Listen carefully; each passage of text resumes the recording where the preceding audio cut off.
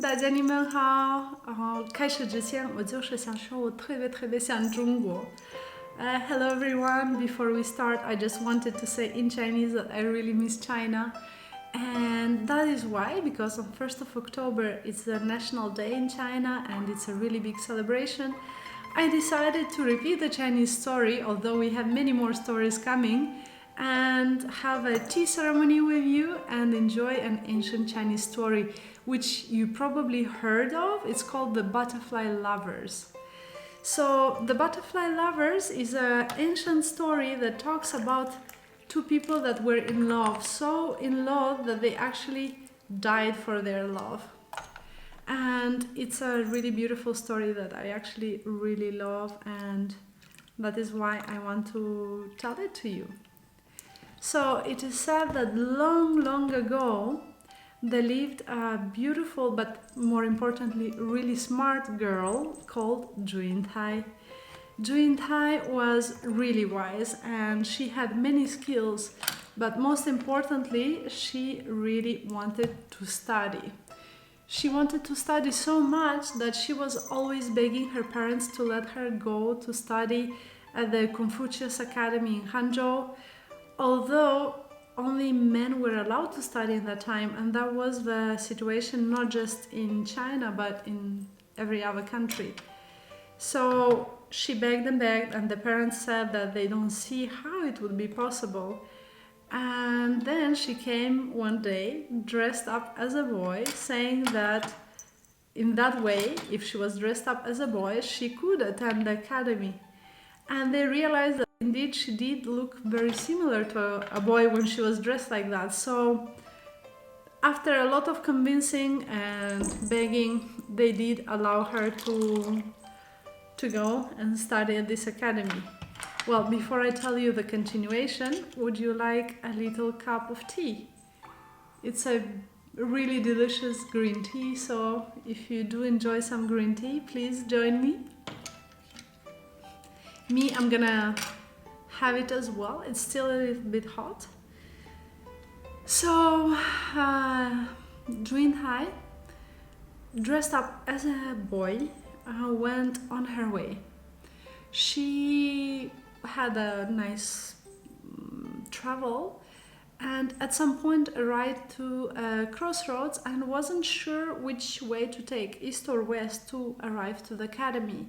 So as she was trying to decide, she saw another young man dressed in study clothes, in student clothes, as she was dressed up, also trying to decide which way to go. And they started chatting.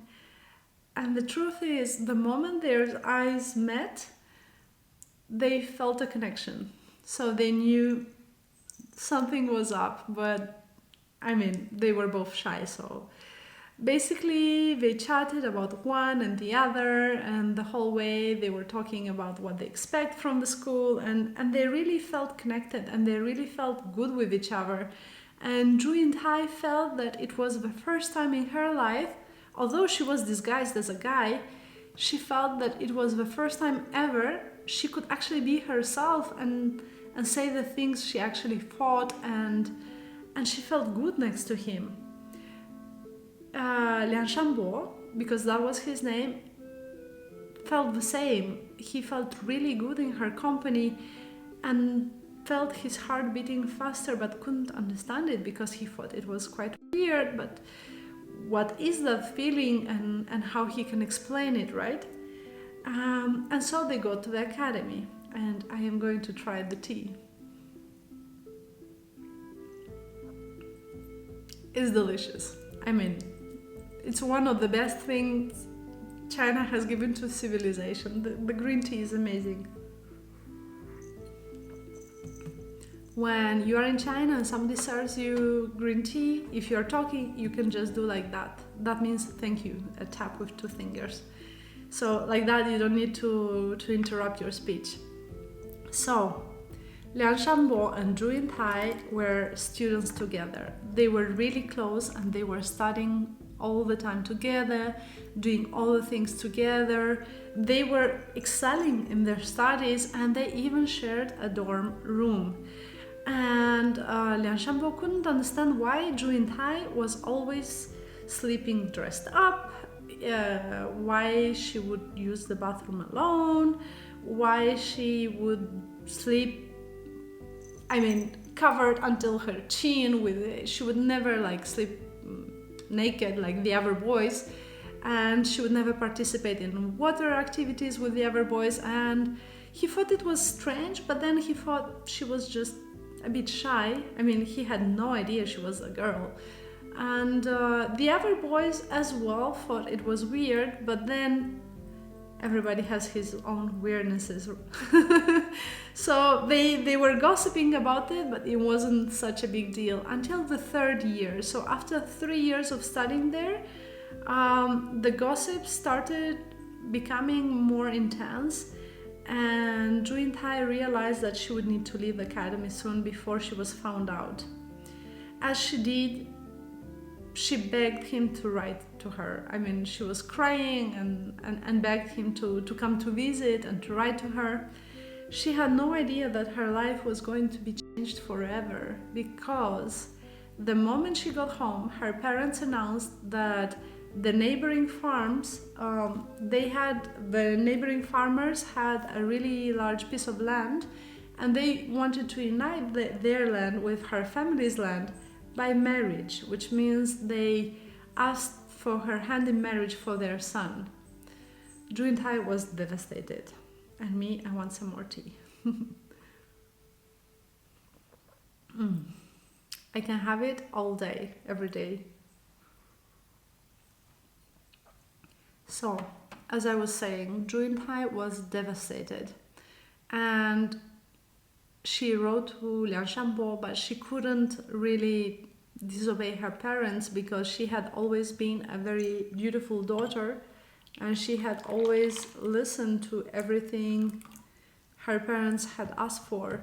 So basically she decided to do what they asked and get married. A couple of weeks before the wedding, though, it was the vacation from the academy, and Liang Shanbo came to visit. Arriving to the gate of her home, she saw a beautiful young girl who reminded him a lot of his really special friend that he had at the academy. And he approached thinking that it was the sister of his colleague. But again, when their eyes met, he immediately realized it was her.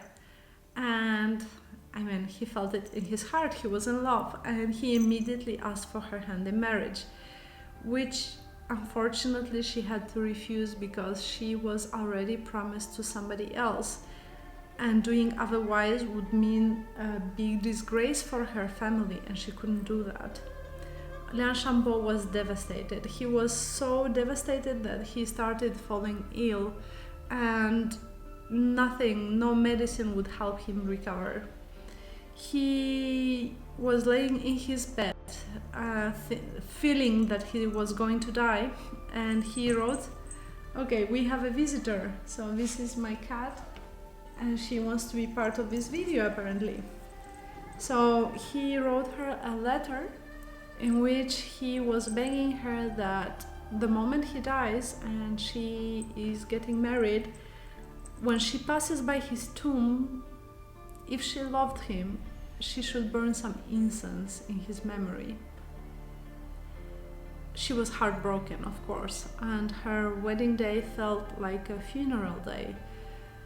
The rain was pouring, there were lightnings and thunder, and with tears in her eyes, she prepared to join the crowd and moved from her house to the house of her husband. When passing his tomb, she ran out of the crowd and went and lit up some incense as he'd asked. The moment she knelt down by his tomb, lit the incense and started praying, a magnificent lightning, a clap of lightning struck the tomb, and the tomb cracked in two, revealing the deep hole of his grave. Without a second doubt, she jumped inside.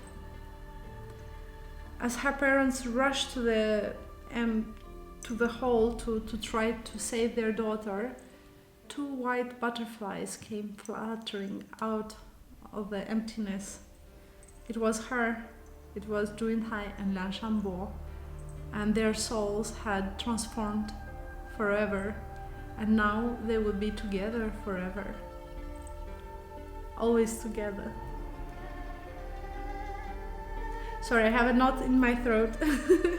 It's a beautiful love story. It's really sad, but it's also really beautiful. It's one of the most traditional stories in China, and it also explains why you will find many times on artisan things and jewelry you will find butterflies, because in China the butterflies are a symbol of the soul, of femininity, of mother's love, but most importantly they are a symbol of this beautiful story, helping people think about the butterfly lovers and appreciate the true love.